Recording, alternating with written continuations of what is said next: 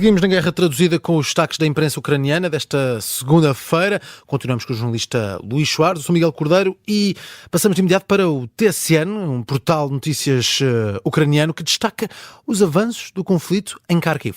Escreve em título: Batalhas na direção de Kharkiv, há avanço da Federação Russa. O TSN explica que a ofensiva na região de Kharkiv começou a 10 de maio deste ano. Os russos, explica o site, estabeleceram alvos de grande escala, mas as Forças Armadas da Ucrânia conseguiram limitar, de certa forma, esses planos. O site cita o resumo feito hoje pelo Estado-Maior-General das Forças Armadas da Ucrânia, que diz que os invasores, leia-se a Rússia, continuam as tentativas de atacar Vovchansk na direção de Kharkiv.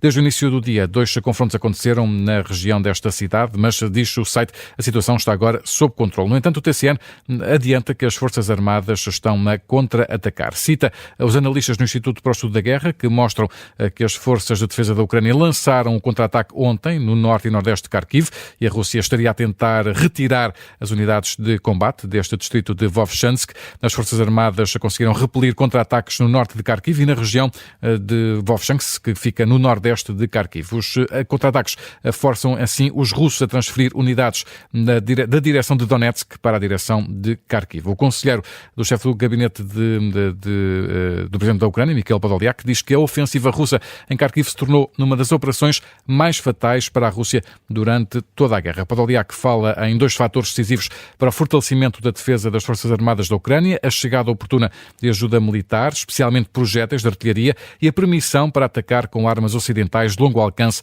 em instalações militares no território da Federação Russa. Agora, as unidades russas estão a ser destruídas, não apenas na linha da frente, mas também na retaguarda. Mudamos de jornal, passamos para o Pravda ucraniano, que tem em manchete os apoios dados pela União Europeia a Kiev. Em causa a atribuição de até 1,4 mil milhões de euros provenientes de receitas dos ativos da Federação Russa para armas para a Ucrânia. O Pravda cita o site político para adiantar que os países da União Europeia aprovaram a primeira parcela de ajuda militar à Ucrânia. Explica que o dinheiro seria libertado através do Fundo de Assistência à Ucrânia, mas os pagamentos têm sido até agora bloqueados pela Hungria. No entanto, o Serviço Jurídico do Conselho da União Europeia afirma que Budapeste não pode impedir esses pagamentos, uma vez que se absteve numa votação inicial para criar esse fundo. Ora, o dinheiro, explica também o Pravda ucraniano, não será usado para reembolsos, como costuma acontecer, mas para a compra direta de equipamentos como munições e sistemas de defesa aérea.